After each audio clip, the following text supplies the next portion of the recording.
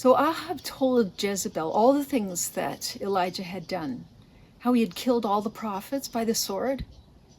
And Jezebel sent a message to Elijah, saying, "So may the gods do also to me, and more so, if I do not make your life like one of theirs by this time tomorrow."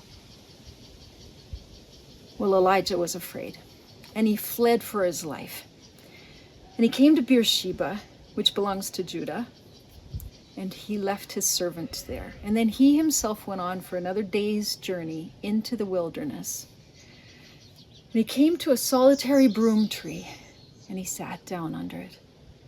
And there he asked that he might die. "It's enough now, O Lord. Take away my life from me. I'm no better than my ancestors." And then he lay down and he fell asleep.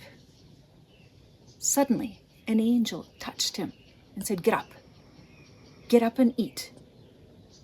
And he looked, and at his head was a cake baked on hot stones and a jar of water. And so he ate and he drank, and then he lay down again. But the angel of the Lord came a second time, touched him, said, Get up and eat, or the journey will be too much for you." And so he went on the strength, after having eaten and drunk, the strength of that food for 40 days and 40 nights, and went to Horeb, the Mount of God. And when he arrived there, he went into a cave, and he spent the night there.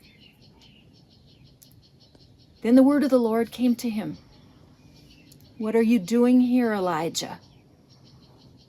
He said, "I have been very zealous for Adonai, the God of hosts, for the Israelites have forsaken your covenant.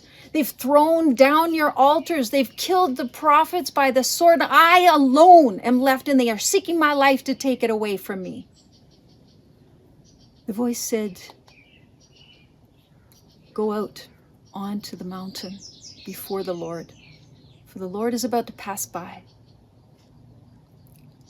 Now, there was a great wind, a wind so mighty that it was splitting mountains and was breaking rocks in two. But God was not in the wind. And after the wind, there was an earthquake. But God was not in the earthquake. And then after the earthquake, there was a fire. But God was not in the fire.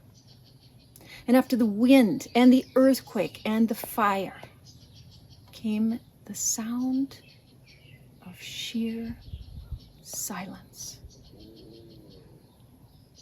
And when he heard it, Elijah wrapped his face in his mantle, and he went out to the entrance of the cave.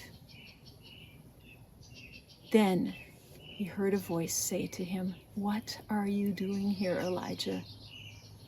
He said, "I have been very zealous for Adonai, the Lord of hosts. For the Israelites, they've forsaken your covenant. They have thrown down your altars. They've killed the prophets by the sword. I alone am left, and they are seeking my life to take it too."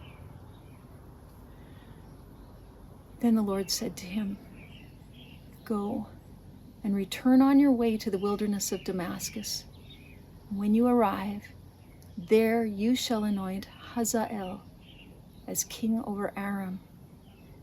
And also you shall anoint Jehu, son of Nimshi, as king over Israel. And you shall anoint Elisha, son of Shaphat, of Abel Maholah, as your successor as prophet."